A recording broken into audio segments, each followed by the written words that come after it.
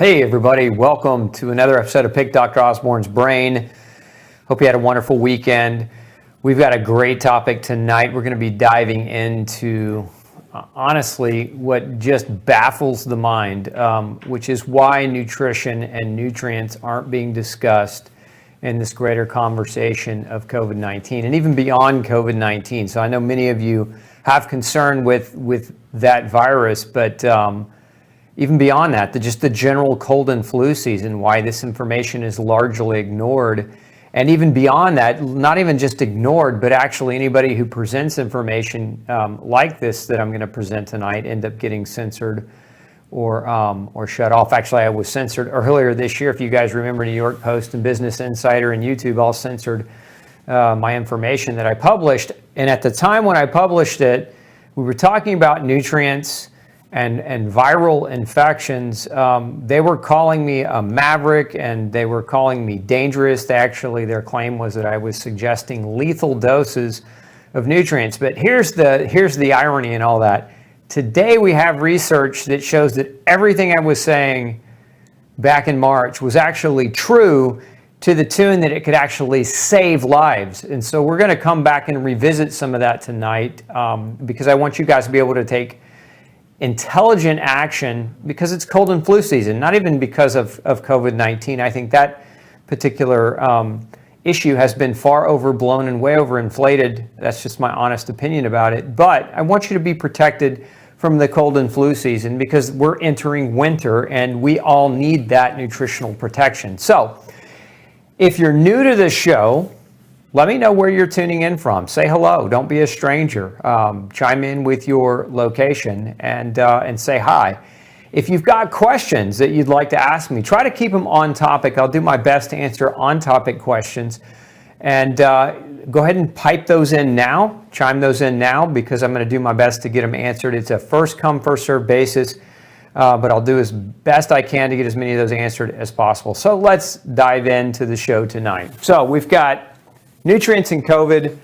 Why is this being ignored? Now I'm going to start because I really want to talk specifically about one nutrient tonight, although we can get into more if you guys have got questions. But I want to talk about vitamin D. So let's actually move this one aside and blow this one up. So what we're looking at here are factors that contribute to vitamin D deficiency. Okay, now I've broken this diagram down in such a way, let's slide it over just a bit here, where what I want to point out are some of the general things that you can change, you can do something about, and then some of the things that you can't. But okay, so again, if you're over the age of 60, there's research that shows you have a reduced ability to make vitamin D fourfold. So in essence, somebody younger than this age makes 4 times the quantity of vitamin D when getting exposure to sunshine. Remember, how do we make vitamin D? This has to do with the skin, the age. We make it through not sun avoidance, but rather sunshine. That's how we make vitamin D. There's actually a form of cholesterol in your skin. Cholesterol, right? That evil molecule that all of your doctors want to try to lower all the time, but that molecule in your skin, when UV light hits it, is converted into vitamin D. Okay, but if you're over the age of 60, you do about 4 times less of that conversion, and so you're at a greater risk for the development of a vitamin D deficiency. Now, the other issue that contributes, or one of the other issues that contributes to vitamin D deficiency is sun avoidance. Vitamin D is pretty low in most foods. I mean, unless you're eating sardines or really, really fatty fish from Arctic waters, cold waters where they store that fat in their tissue, that's where most vitamin D in the diet's going to come from. Now, you can get some vitamin D from other meats, grass-fed predominantly. You can get vitamin D as well from things like mushroom, but there's not a whole lot of vitamin D outside of the synthetic vitamin Ds that are fortified in milk and other products. You can get some from egg as well. So most people get or get the vast majority of their vitamin D from sunshine. And so it's important, this is one of the tips. If we look at dermatology, the field of medicine, right, that studies the health of the skin, this is kind of the hallmark. Avoid the sun. Sun causes skin cancer. This is what we've been being told. This is kind of the the mantra, if you will, or the dogmatic view. And what we actually know is sunshine doesn't cause skin cancer at all. Sunshine doesn't cause skin cancer any more than water causes drowning, right? I mean, by that same logic, we say water causes drowning, don't drink a glass of water ever again, you might drown in it. Sun burning causes skin cancer. So there's a big difference between burning in the sun on a regular basis and getting sun on a regular basis. Keep that in mind. So sun avoidance, a common recommendation from the mainstream medical model, right? And then we have aggressive sunscreen use. Kind of this is, like part 2, right? So if this is step 1 of what doctors tell you to do, step 2 of what doctors generally will tell you to do is lather on that SPF 50 or higher. And you have to understand that SPF greater than 8, okay, if it's higher than 8,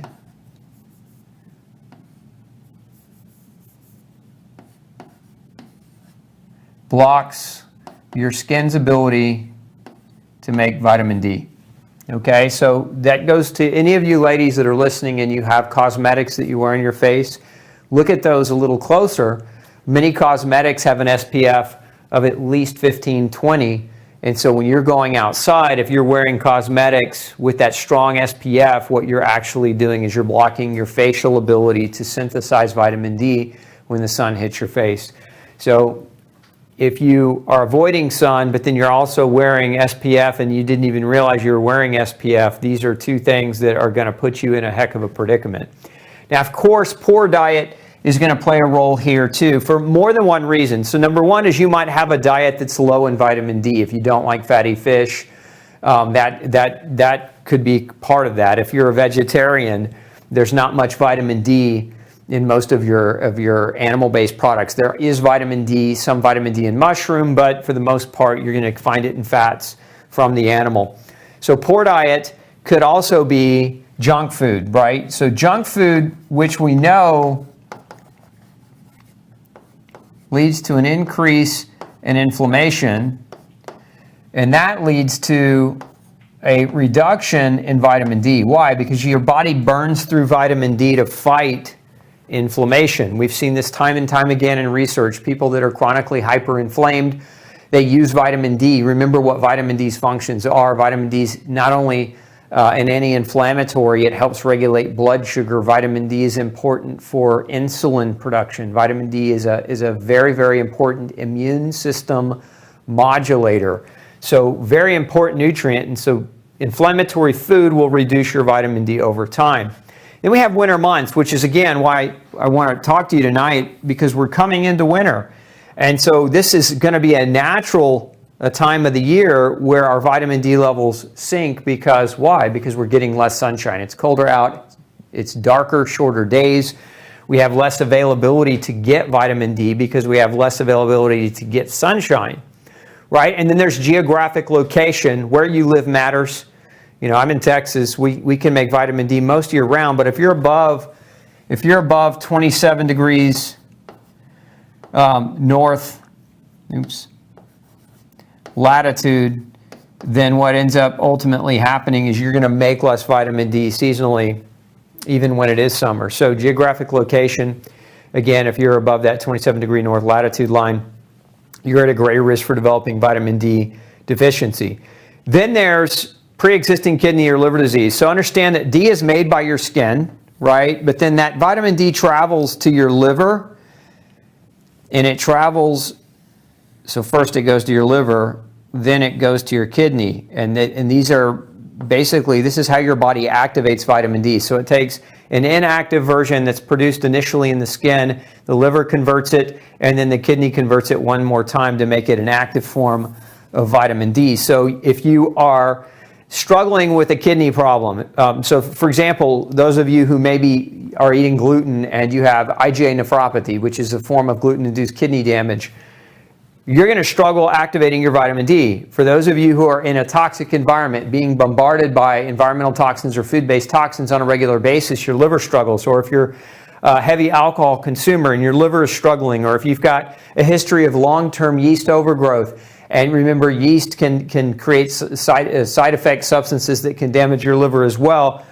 you could have liver issues, right? If you've ever gone to the doctor and you've had, AST or ALT, these are tests for liver function. If you've ever had tests that were elevated, this means you have a degree of liver dysfunction. Okay, so again, your kidney and your liver are super important to activate vitamin D. So if you've got pre-existing disease, that could put you at risk for developing a deficiency. And then there's also medications that contribute to kidney and liver dysfunction. So aside from the fact that maybe you have an active disease because of your behaviors or your choices, maybe you're on a medicine that has to be metabolized through your kidneys or your liver. Most drugs do, right? So people that are on multiple medications, and the last time I read, I think the average adult over the age of 60 was on 5 or more medications. Again, those medicines being processed by your kidney and your liver. And stay with me, folks, because I'm going to make a lot of this make sense, and I'm going to blow your mind here shortly. But so liver and kidney dysfunction caused by medicines or other things. And then as well, prescription steroid use. Why? Because steroids reduce vitamin D. They actually cause vitamin D deficiency directly. It's one of the mechanisms of actions of steroids. So if you've ever been on a steroid inhaler for asthma, if you're getting injections for pain and it's a corticosteroid, or if you're using something like methylprednisone or prednisone orally, these are steroids that will lower your vitamin D and create problems. So again, these are things that can cause vitamin D deficiency. If you look here, the things I have double starred, okay, sun avoidance, sunscreen use, prescription steroid use, and medication, other medications, these are all common medical advice or treatments. So these are things that are commonly done as kind of a standard of care, if you will, in our healthcare system that doctors recommend without recommending or without advising you that by doing these things, you could be potentiating a greater risk for the development of vitamin D deficiency. That being said, let's move that over and pull this up. We've got here, let's talk about vitamin D deficiency and what it's connected to. So vitamin D deficiency and what it can actually cause. So this is not all the things that vitamin D deficiency can cause, but I wanted to just highlight a few things here tonight. One is high blood pressure. We know that low vitamin D can create high blood pressure. This is actually one of the reasons why African Americans have greater risk of cardiovascular disease, is that their skin is darker, the pigment in their skin is darker. It's harder for them to make vitamin D. They have to get a lot more sunshine exposure to make the same amount of vitamin D as a Caucasian. And so they have a higher risk of blood pressure issues as a result of lower levels of vitamin D. That's one of the risks. Also, though, vitamin D deficiency can cause elevations in blood sugar. It can cause tendencies toward obesity, okay? It can cause bone loss, muscle pain, systemic inflammation, as well as an autoimmune predisposition. Remember that vitamin D is an immune regulating nutrient, so it helps your immune system understand how to behave. And so notice these top 3 here, they're starred as well, right? And so what do they say? They say comorbidities linked to worse COVID outcomes. So let's back up for a minute. These things cause vitamin D deficiency. Sun avoidance, sunscreen, aggressively, prescription steroid use, and other medications are common medical advice, if you will, that we know cause vitamin D deficiency. Now, so we got big points of common medical advice that lead to massive levels of vitamin D deficiency. Vitamin D is arguably it's one of the top deficiencies in industrialized countries today. Hands down, bar none, one of the top. Now, so that's medical interventions leading to vitamin D deficiency. Vitamin D deficiency leads to high blood pressure, high blood sugar, overweight status, among other things.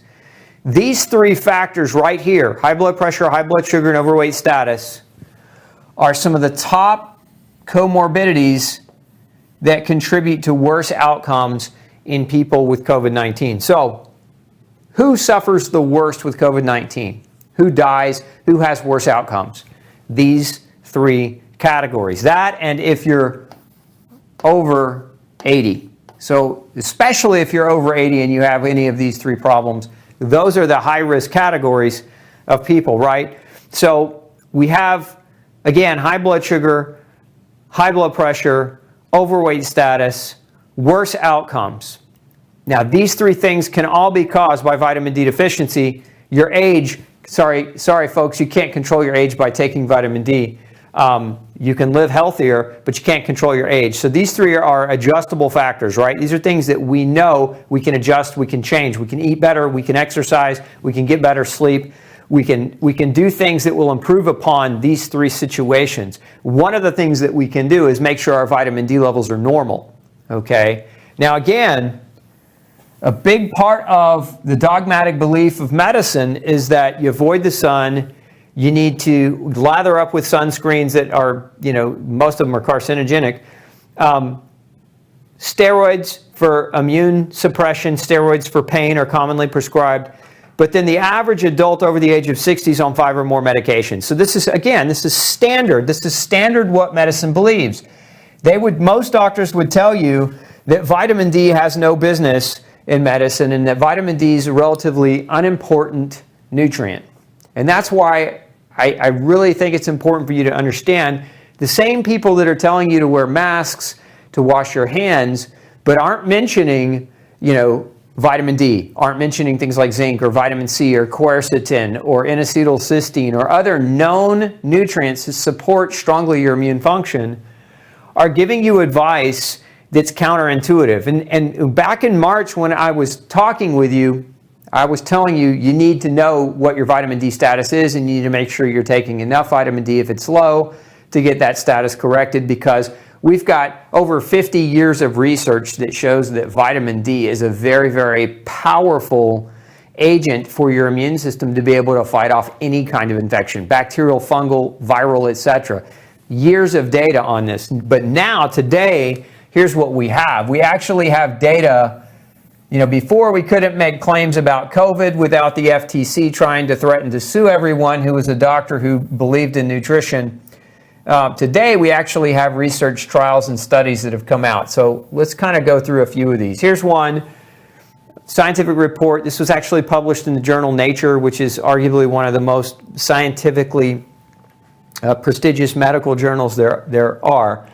So you can see here, analysis of vitamin D level among asymptomatic and critically ill COVID-19 patients and its correlation with inflammatory markers. What these guys did is they took people with COVID and they measured their vitamin D, but they also measured serum inflammatory markers. And here's what they found, kind of in general summary. Serum levels of inflammatory markers were found to be higher in vitamin D deficient COVID-19 patients, meaning that people with vitamin D deficiency had higher levels of inflammation, okay?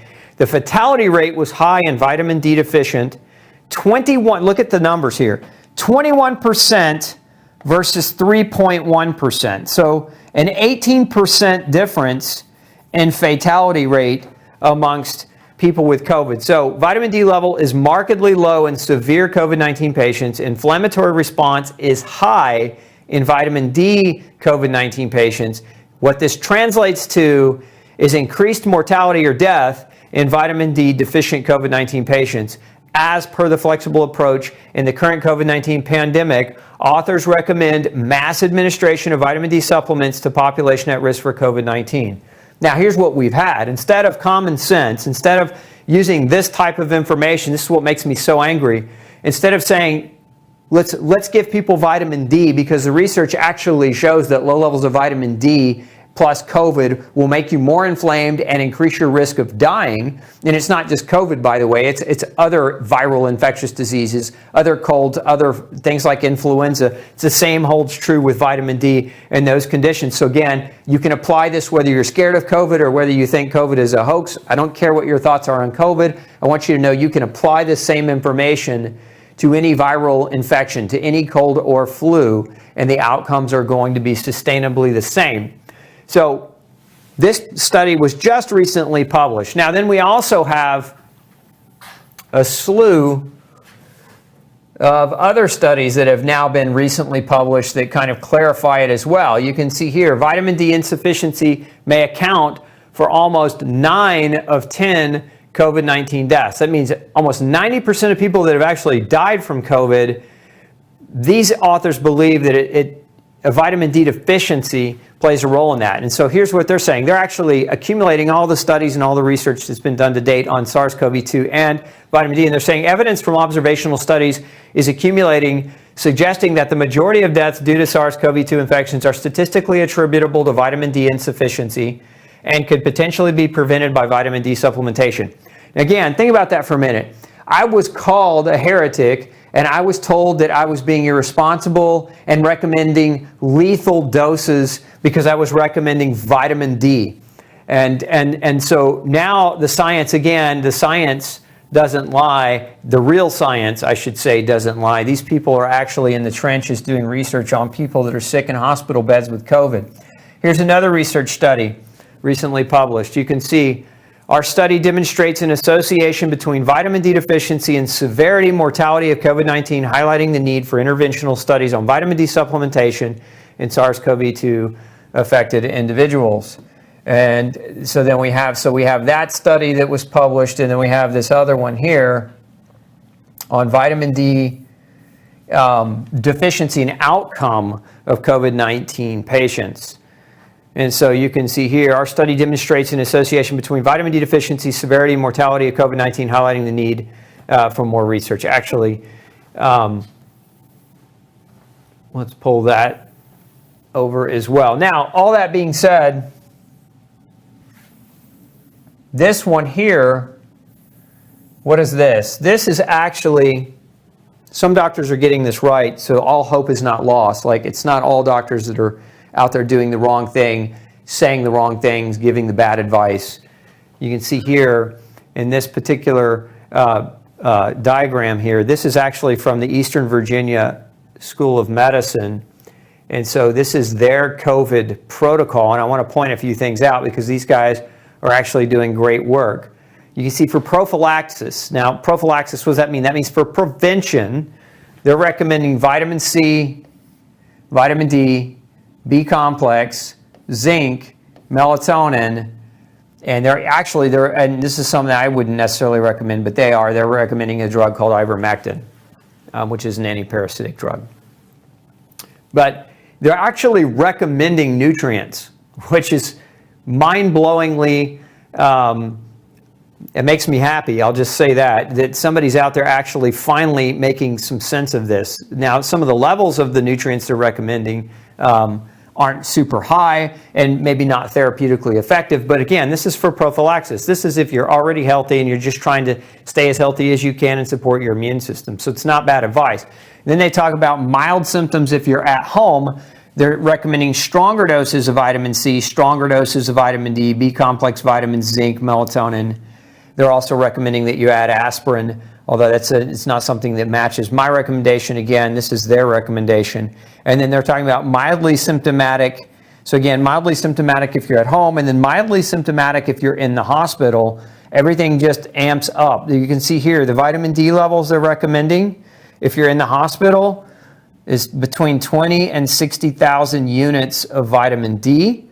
Now, this is exactly what I was talking about back in March when I was recommending 50,000 units of vitamin D orally to people. This is the same recommendation, again, that led to a defaming of my reputation in those individuals from the New York Post and Business Insider.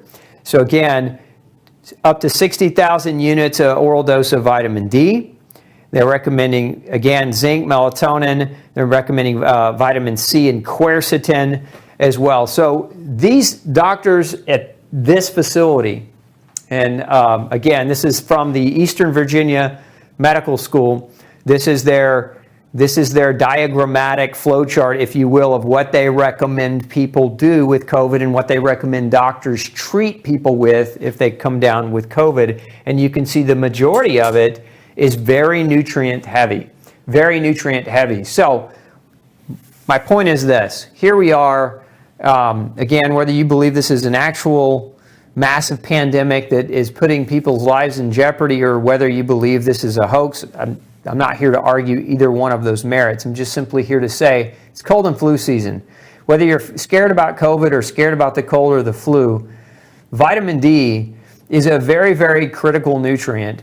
that can save lives. You saw, as I put the evidence up on the board tonight for you, 9 out of 10 deaths could be prevented with adequate quantities of vitamin D. That's literally pennies that a person could spend on some vitamin D supplementation to potentially navigate away from a more dangerous style of infection that could lead to a cytokine storm and a heightened level of inflammation and the potential for the deterioration of that individual. So that's a pretty inexpensive way to keep your immune system supported as we go through cold and flu season. So that's what appalls me. That's what blows my mind, is that we have this one simple nutrient that is so responsible for the health of so many individuals, and we have this massive coercive effort on behalf of doctors in the medical system that completely want to ignore this, completely want to shove it under the rug, call doctors like myself dangerous and maverick and cavalier,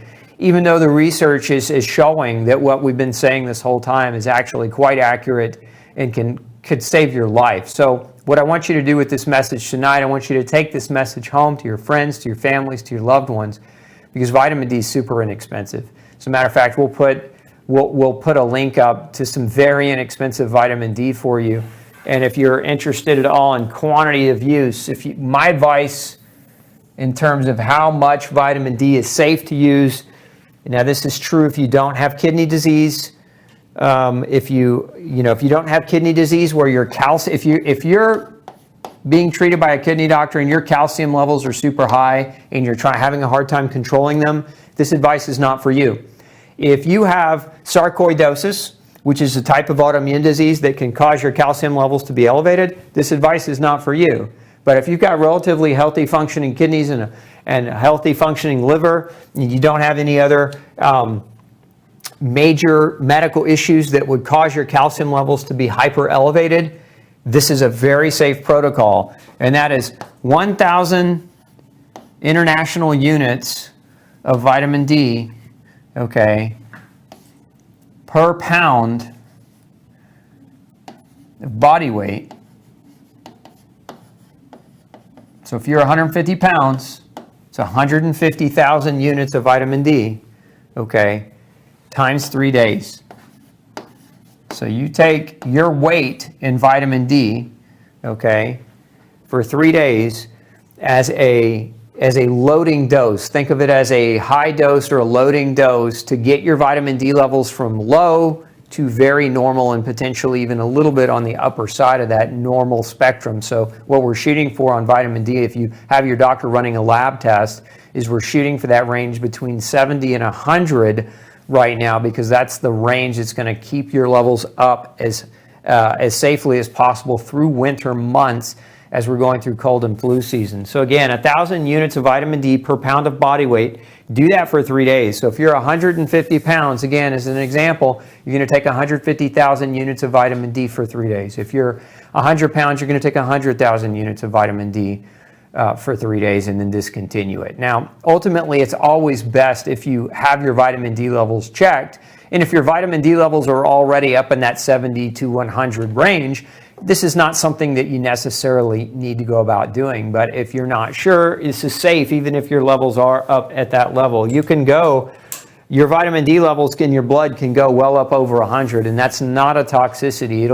They'll naturally start to decline the second you stop taking that higher dose, but there's no danger in doing that. It's been done for years extremely safely, and it's a very, very safe protocol to follow. But again, it has the potential to support your immune system beyond the development of a massive cold or flu that could take you out or take you down for a number of days. So vitamin D, very, very effective as a therapeutic tool.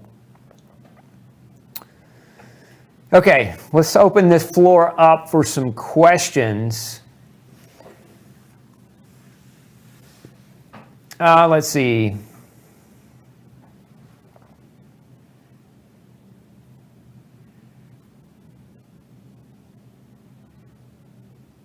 Yeah, I got to agree. That's not a question as much as a comment. But Lisa says, sharing, no, so many who are simply clueless on how our immune system really functions. They would rather believe the hype on TV. Thank you. You're welcome, Lisa. Thank you for being appreciative of the message. Look, that's the reality, is that most people, they really don't have a clue. Your immune system is dependent on nutrients. That's where it gets its energy. That's where it gets its strength. The worse your diet, the worse your behaviors, the worse your immune system's going to function. So everybody who's running around scared to death, it's generally those individuals who don't eat well, and they have comorbidities like being diabetic or being overweight or having high blood pressure, because they don't take care of themselves. And so then they want to manifest that everyone else should have to mask and go close the door and be locked inside their home for the next year, 2 years. It started out as 2 weeks, and now here we are into it, almost a solid year. And so in essence, the people with the comorbidities that don't take care of themselves want you to protect them from getting sick, when in actuality, it's them that should be doing things like vitamin D. It's them that should be doing things like exercise and sunshine and quality sleep and quality food if they really want to protect themselves. Remember, it's no one's job in this world to protect you other than you.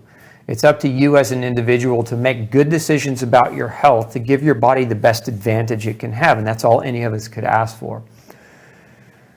Can an ultrasound of the liver show how much damage your fatty liver is? An ultrasound can give you a general idea, and again, it depends. I mean, the doctor will do the ultrasound, and then they'll read the image, and so they can kind of get a good idea for how much damage is there. But ultrasound all by itself, I would say you probably want to get an ultrasound, but you probably also want to have blood work done, to corroborate what your ultrasound is saying with your liver enzyme values. And that, there's many different things that can be measured. There's ALT, there's AST, there's something called bilirubin that can also be measured. It's a byproduct of liver, elevations are a byproduct of potential liver problems or liver issues. So what causes vitamin D levels to be high even without supplements or vitamin D foods? It depends. I mean, I would say, what is your definition of high? And then maybe I could answer that question a little bit better. Let's see.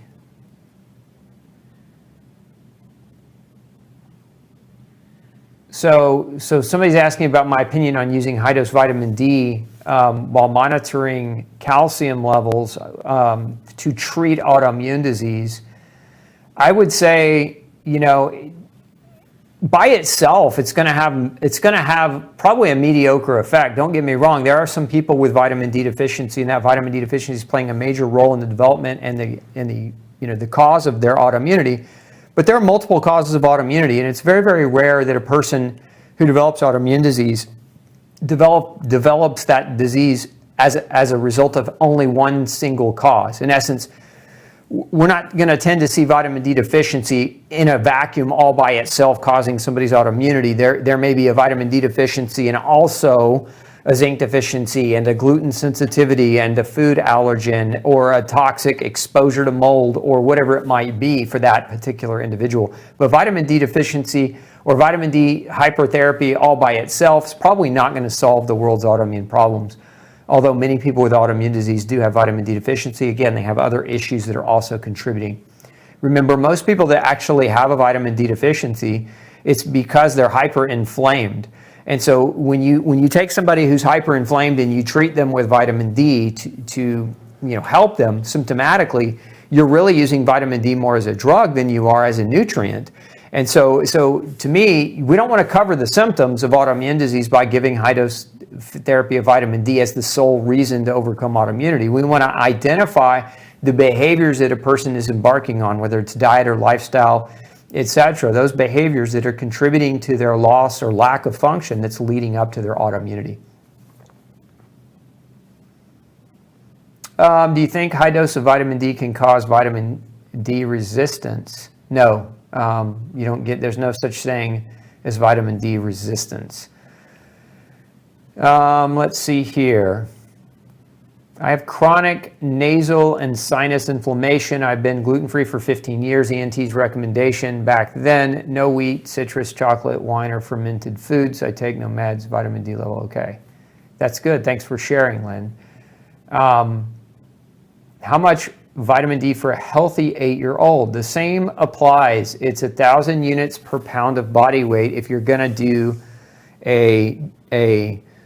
let's just say a loading round of vitamin D for cold and flu season, which again, this is something that is, as long as you didn't fit the criteria that I described, the high calcium criteria, to me, everybody should do this therapy before cold and flu season. I give credit to this therapy for keeping me healthy for years. I generally don't get sick. Knock on wood, as I say that. Hopefully I'm not the next one that goes down. Nobody can predict the future. However, not only do I see this work in my own personal life and my own family, but I also see this therapy work in all the clients that come to see me and have been for the last several decades. So this has been around a long time, and it's a very, very effective way to give your immune system the strength it needs to get through cold and flu season. Let's see.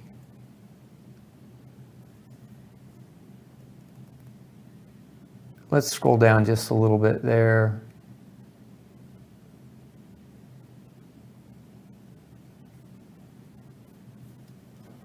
What about K2, MK7 for processing of vitamin D3? Isn't that important? If you're doing something like this, Joe, not necessarily. I mean, you don't have to take K with D. It's kind of something circulating around right now in the internet circles of health and wellness. My experience is no, you don't have to take K with D. Now, can you take K with D? Yes, you can. Does K help with D? Yes, it can. The fact of the matter is, and I do testing, I've tested thousands and thousands of people over the last 20 years, and here's what I see. Most people are not deficient in vitamin K2, but most are deficient in vitamin D3. So there, in my experience at least, there's a limited benefit to having everybody take K plus D when the vast majority I've seen are not deficient in the K, but they are deficient in the D. So I would say yes, if you're deficient in K and D, take them together for sure. But again, my experience is that most people are not K2 deficient, and I actually test K1 and K2 in individuals. So that's just my experience. I can share that with you, but it's not necessary to take them together if you're doing this therapy. Does the microbiome play a role in this? It sure does. Your microbiome is a major asset to your immune system. It's a part of your immune system. Remember, in your gut, there's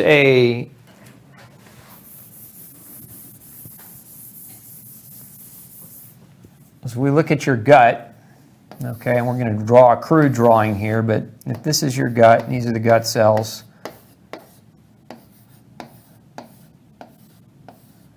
And on the surface of those cells, you have this mucus layer. And in that mucus, you have all these bacteria that live in that mucus, okay? And so these bacteria, your microbiome, if you will, as many are referring to it, you're outnumbered approximately 10 to 1. You have 10 times more bacterial cells living in and on you than you have human cells. And these bacteria are very, very important. What we're learning is that people that take antibiotics early in life have a greater tendency toward developing autoimmune disease. One of the reasons why is they're annihilating their microbiome, okay? But what happens is these little bacteria, there's a set of tonsils behind your gut wall called the GALT. That stands for gastro-associated lymphoid tissue. And this represents, depending on the researchers, anywhere between 70 and 80% of your immune system is focused and concentrated behind the gut wall. Again, this is like a set of tonsils that wraps around your small intestine. And the bacteria send messages to the GALT, and the GALT sends messages to the bacteria. They talk to each other. There's a name for this in research. It's called immune crosstalk. And what they talk about is the contents of your gut, what's in here. Now remember, a lot of the ways people get viral exposure is through what they eat, right? So if you ate a virus, there are enteroviruses, right? Gut bugs, if you will. They can colonize your gut, and these immune cross-talking communications, the bacteria sees it, recognizes it, can send a message to the GALT. The GALT can then say, oh, there's a virus in your gut. Let's start ramping up immune power to make sure we meet and match that risk or that developing issue that's happening. So there's this immune crosstalk that occurs in your gut through your healthy bacteria. So your good bacteria are critical. Your microbiome, critical for your immune function. So those of you who've been on antibiotics this year and you didn't take probiotics, after you were done with your round of antibiotics, now's the time possibly to maybe consider supplementing. My favorite way to do that is mega high. I shouldn't say mega because it's not really mega. It's just mega compared to what you can buy over the counter. Like you go to the grocery store and you look for probiotics. Most of them are like 10 billion or 20 billion colony forming units. And you really, if you're going to take high dose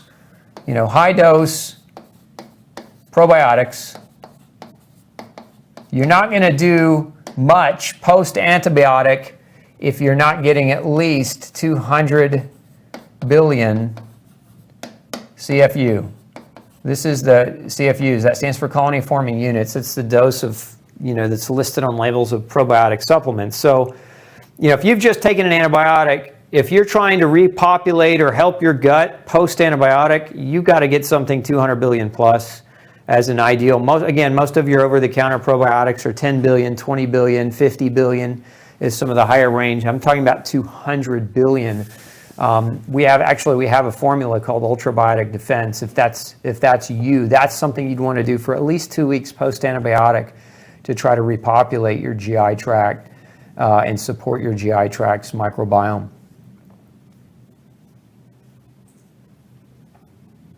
Frances is asking about one of her clients got sick, nauseous when taking vitamin D. My thought would be, Frances, when somebody gets nauseous taking vitamin D, look at the preparation itself. Some of these preparations have other fillers in them, other ingredients. So depending on the product itself, one of my emulsions is in sesame oil. And there are sometimes people, when I test them, are reactive to sesame. So that particular product's not one that I would want to give that individual. So it's very possible that there may be an inert filler or reagent in your supplement that particular individual reacted to. Should a person take D3 during a fast? Not necessarily should you, but you could. I'd say if you're fasting and your vitamin D levels are healthy, you may not need more vitamin D, but you don't necessarily have to take it because you're fasting. Remember, your primary source of vitamin D is not your diet as much as it is the sunshine. So fasting would have, in my opinion, less of an effect on it overall.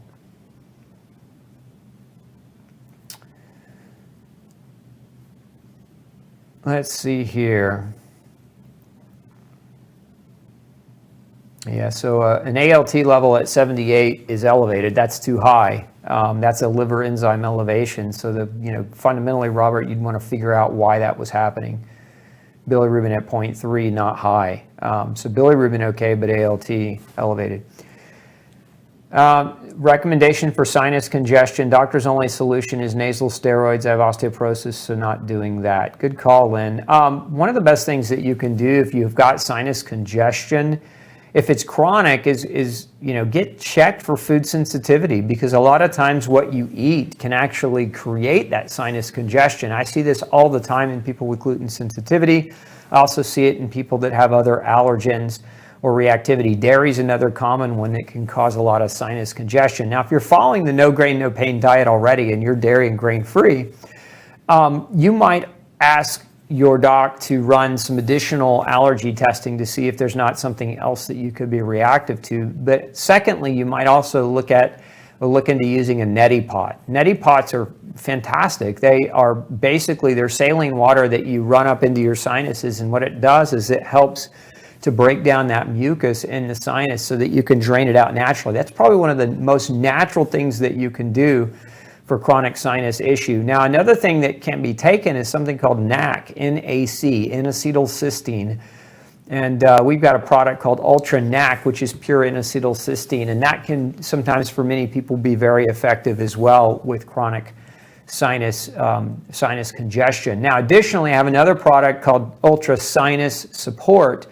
And one of the ingredients in that product is NAC, but there are some other things that help support sinus drainage in that product as well that you might consider taking if you're struggling, and seeing if that's helpful. But a neti pot would be one of the natural things that you could do without having to take anything that might be effective for you. So VK is saying, so load for 3 days, but how much vitamin D daily on a maintenance schedule? Well, if we're talking about the middle of winter, it's not a bad idea to get about 5,000 to 6,000 units a day to maintain your level through the winter, depending on your other factors.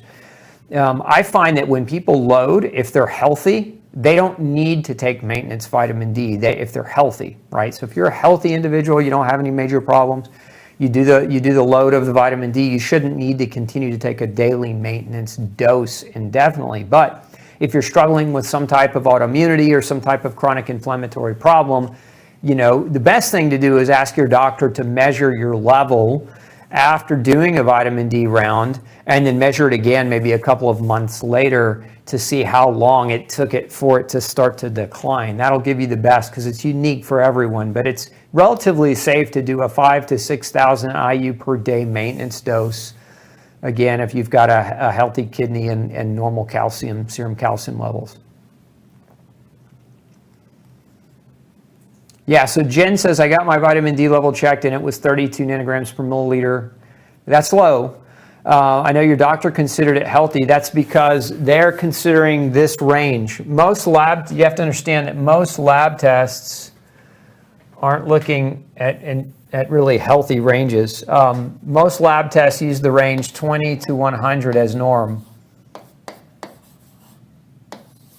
My experience is that 50 to 100 is kind of more of an optimal if you're healthy, and 70 to 100 is optimal to maintain if you have autoimmune problems. So if you're overcoming an autoimmune problem, more vitamin D is necessary. If you just want to shoot for optimal levels, you want to be between 50 and 100. There's a little bit of playroom there. But if you're down in that 30 range, 32, that's low. You're cutting it close. Some labs don't report 20 to 100 as a normal range. Some labs report 30 to 100 as a normal range. So you can see the problem with most doctors that run these types of tests is they don't know anything about nutrition. They don't read the nutritional science or the research. They really, honestly, in my opinion, shouldn't even be running the lab test because they're not qualified to really talk about it. Yes, they're qualified by the state medical boards that they practice in, but that's to understand in medicine, there's a carte blanche. Medical doctors have a carte blanche to be able to do anything on the human body, including run lab tests around nutrition, even though they don't have adequate training in nutrition. I don't want to say all of them. I'm just going to say most of them. Because there are some great medical doctors who practice nutritional medicine very, very well. It's just that your average doc doesn't. They get less than 7 hours of training in school. And that training is typically anti-nutrient training, not pro-nutrient training. Let's see. Scroll down on that other feed and let me look at, there we go. So back up just a fuzz. So Rachel's asking, she says her son, who is 14, has epilepsy, gravitates toward foods that are high in vitamin D, eats either sardines, mackerel, salmon, etc. every day. Is there such thing as eating too much fish? Yeah, there can be. One of the risks with fish is mercury.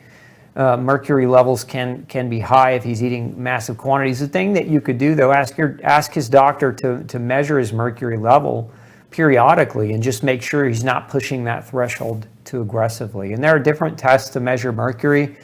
You can measure mercury inside the red blood cells. That for a 14-year-old might be a good way to do it. You can also do what's called a post-provocation urine test to measure mercury output in the urine, and sometimes that can be an indicator that a person's getting too much exposure. So those are things that you can, again, ask your doctor to run. Is there a best form of vitamin D, Kelly wants to know. My favorite is cholecalciferol, vitamin D3. Cholecalciferol, also known as vitamin D3. Now, there are prescription ergocalciferol, so you might see some doctors when they write a prescription, they'll make it for something called ergocalciferol, which is vitamin D2. I don't like using vitamin D2. I don't like it anywhere near as much as this. So I would say if you're buying it over the counter, cholecalciferol vitamin D3 would be your best bioactive option, over the counter. Okay, let's see here.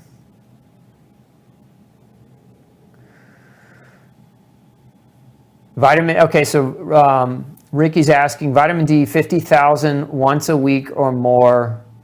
Here's the thing, if your vitamin D is low and you take 50,000 per week, and you're in this 20 to 30 range, you're not going to get it up. It's not going to get it up. 50K a week won't do it. It's not enough.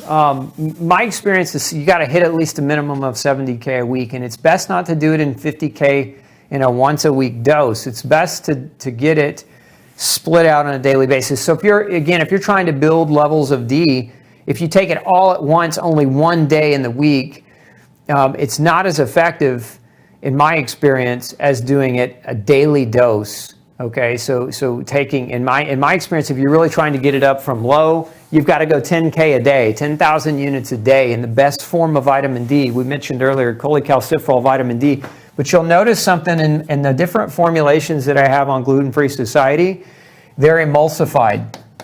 What does that mean? That means they're surrounded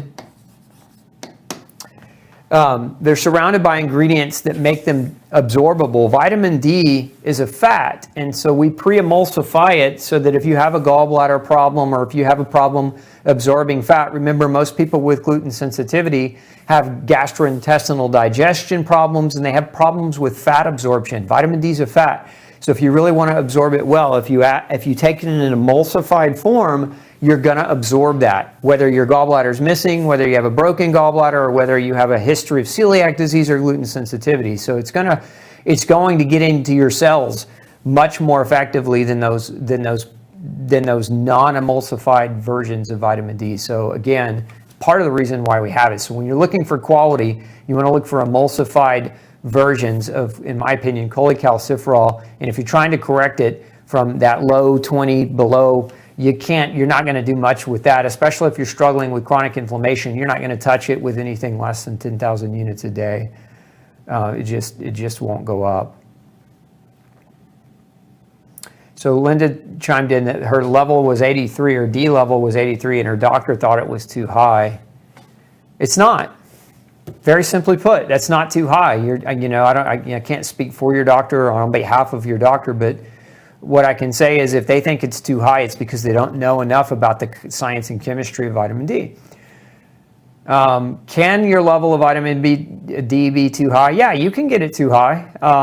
But here's the thing, if you were to go out and get a really strong day of sunshine, you could also get your vitamin D in that upper range pretty quick. It's just that most people don't, they don't get sunshine. They don't appreciate the value of a good day of sunshine, or they're scared of the sun because we have this dogmatic paradigm in our country that, somehow not going outside is going to protect you from skin cancer, or that, locking down and locking everybody inside their house for fear of a virus, what you're really doing is you're causing mass scale vitamin D deficiency, mass scale stress, mass scale business closures, which lead to mass scale depression, right? Which lead to suicide, alcoholism, spousal abuse, and a variety of other problems. I think if we look at this whole paradigm, there's this old saying, when the treatment is worse than the cure, we got a problem. And I think that the treatment, many of these, we'll just say, I'll call them non-scientific politicians, because they really don't know what they're doing. They're the blind leading, in this case, unfortunately, the blind leading the blind, and the scared, is they're recommending a treatment to stop an illness, which is actually causing more of the illness and more illnesses along the way. Anyway, I'm gonna quit harping on that. How often can you do a vitamin D regimen? You can do it several times a year, Daphne. It's very safe to do. I actually do it 2 to 3 times a year. I like to do it in September at the beginning of the school year. I like to do it again sometime around that December month before family comes to stay. during the holiday season or before you go and visit family, because it's that, that mixture of germs and airplanes and travel and all that kind of stuff. And then I like to do it again on the tail end of winter. So that, depending on where you're located, for me, that tail end of winter is March. Some of you may have longer winters, and that may be a little bit later in the year, but it's pretty safe to do it a few times a year without any repercussions. If you're really concerned about it, the best thing to do is just get your level tested to determine whether or not you need to have it done. Well, let's keep going down on the left.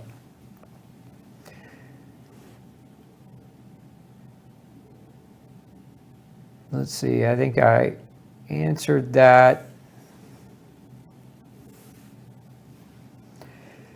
If you're taking, Lynn's asking should you take your vitamin D all at once? No, you don't have to take it all at once. I mean, you can take it all at once. You don't have to split like 50,000 units if you're doing a big load. You could take all 50,000 in one dose.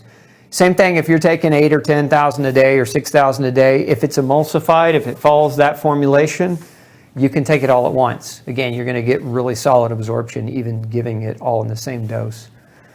The key, though, is to get it in you each day. Again, if you're trying to keep it up day in and day out. Okay, let's keep going down on that side.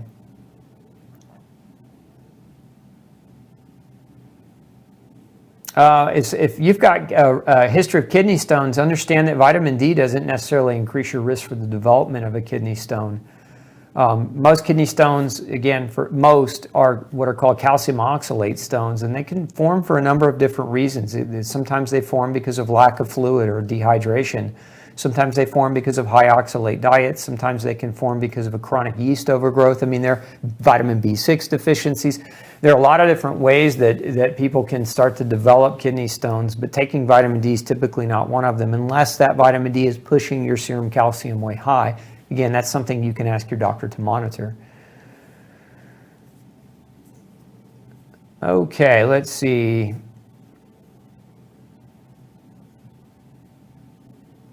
Sluggish gallbladder. A little off topic, but one of the best things you can do is go on the no grain, no pain diet. If your gallbladder's not doing well with you, no grain, no pain. I've seen a lot of gallbladders be saved from surgery when people apply the no grain, no pain diet. So that would be kind of a first line of defense that you could do very easily.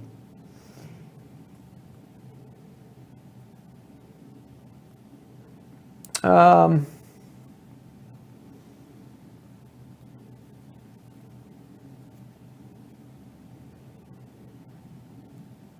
don't see a question in that. Let's go down a little bit.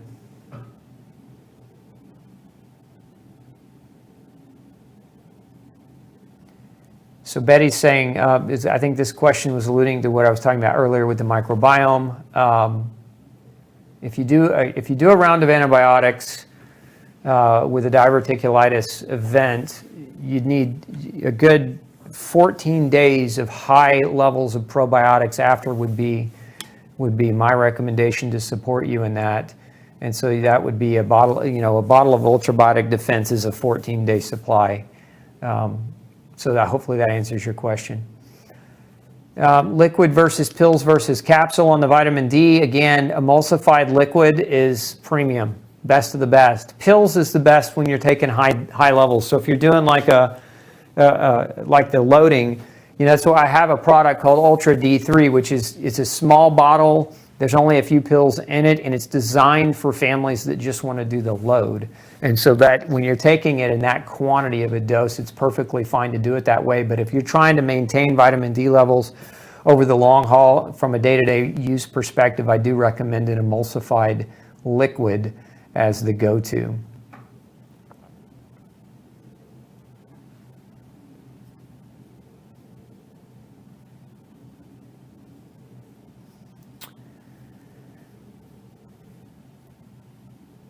Yeah, boy, Shauna, that's a very unique question. How many units of vitamin D daily to maintain 80 to 100 for a 70-year-old with multiple sclerosis and Hashimoto's? Hard to say. I mean, remember that autoimmune disease plays a role in vitamin D status. So it depends on how active your autoimmunity is. I mean, I've seen, again, if you're trying to maintain it, probably somewhere between 6,000 and 10,000, as a rough estimation based on my prior experiences. That being said, you should really work with your doctors and have that level tested so that you can kind of know, because I'm just throwing out a number based on experience, but that doesn't mean that number would work for you.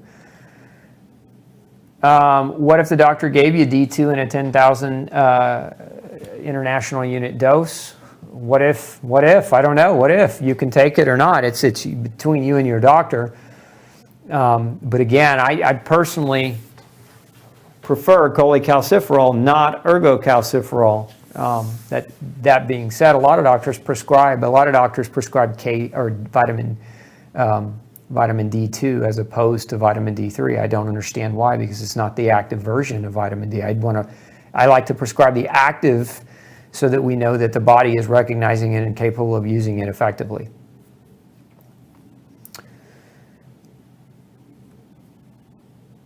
Yeah, so Clyde is asking about vitamin D as an antidepressant. Vitamin D is not an antidepressant. Vitamin D deficiency can cause depression, but that doesn't make vitamin D an antidepressant. Vitamin D helps when somebody is depressed because they have low vitamin D. Vitamin D can correct that depression, but it's not an antidepressant. Not all people with depression are going to have that depression because of low vitamin D. So I don't want to make vitamin D sound like it's supposed to be a cure-all for depression, because that's not the case. But there is this thing called seasonal affective disorder, which is during the harsh winter months, the further north you live, depression sets in. Why? Why does it set in? Mostly because people don't get adequate sunshine and they don't get adequate vitamin D along with that. Word girl, with supplementation of vitamin D3 help lower blood pressure? Possibly. Vitamin D deficiency can cause elevations in blood pressure, but not all elevations in blood pressure are caused by vitamin D deficiency. So it depends on the person.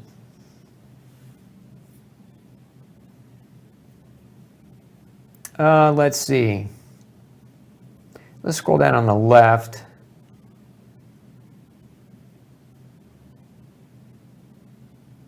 And the questions are long.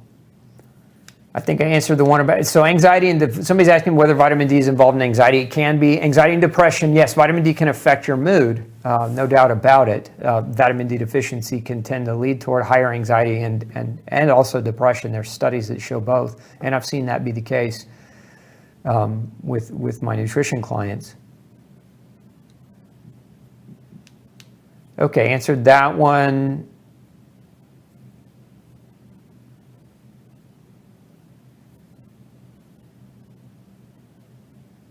Let's see, I got one here. Ken's asking, vitamins D, magnesium, zinc, and C, can these be taken together, or should certain ones be taken at different times during the day due to absorption interference? So they can all be taken together, Ken. You can take the D with the magnesium and the zinc and the C all together. But if you're taking higher levels, so let's say, for example, you're trying to take 600 milligrams of magnesium, 75 milligrams of zinc, and 5 grams of vitamin C plus 10,000 units of vitamin D. What you want to do with those is you want to break up. You don't want to take 600 milligrams of magnesium at the same time. Magnesium, a good amount of magnesium to take in kind of a single oral bolus dose would be anywhere from 1 to 200 milligrams.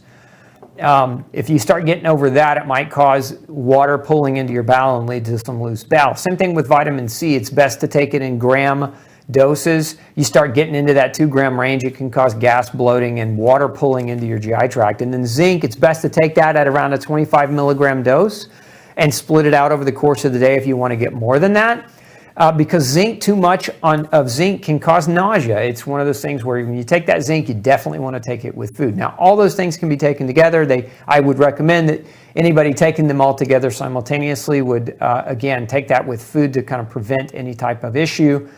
But yeah, you can. They can all be used in the same, at the same meal. If you want to take, all 4 at the same time and after a meal, that's fine. Just again, split the dose over the course of the day of all of them simultaneously, so that you don't get any bowel issues that might evolve from that.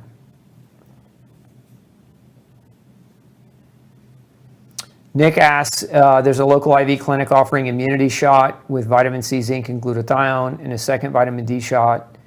Is it worth it? Maybe. I would look at, my question would be for that local clinic, that doctor would be, what are the additives, what are the adjuvant ingredients in that shot, right? And are they good for me or are they not?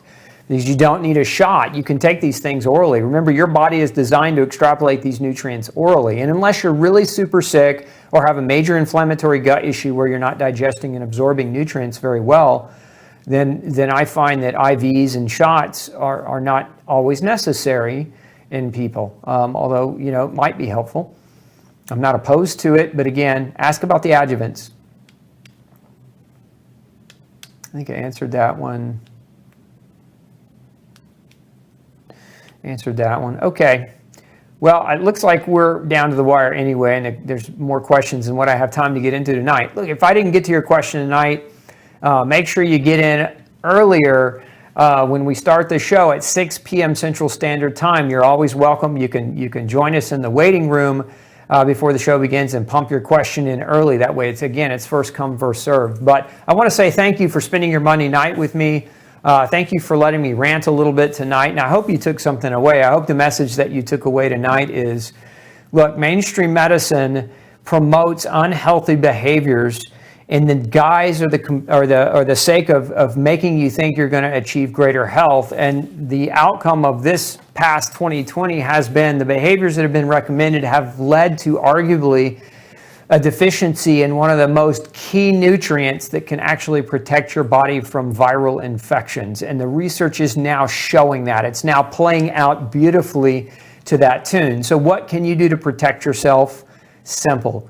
Get plenty of sleep, eat well, exercise, get good sunshine when the weather permits it. It's harder to do in winter, but when the weather permits it, try to get out there and get sunshine. And then lastly, have your vitamin D levels checked. Look, if they're low, get them up there. That's one of the best ways to protect yourself. We're seeing that play out in the research. We're seeing that play out in clinical trials. So I wish you excellent health. I hope you have a fantastic week. We'll see you next Monday for another episode of Pick Dr. Osborne's Brain. Take care.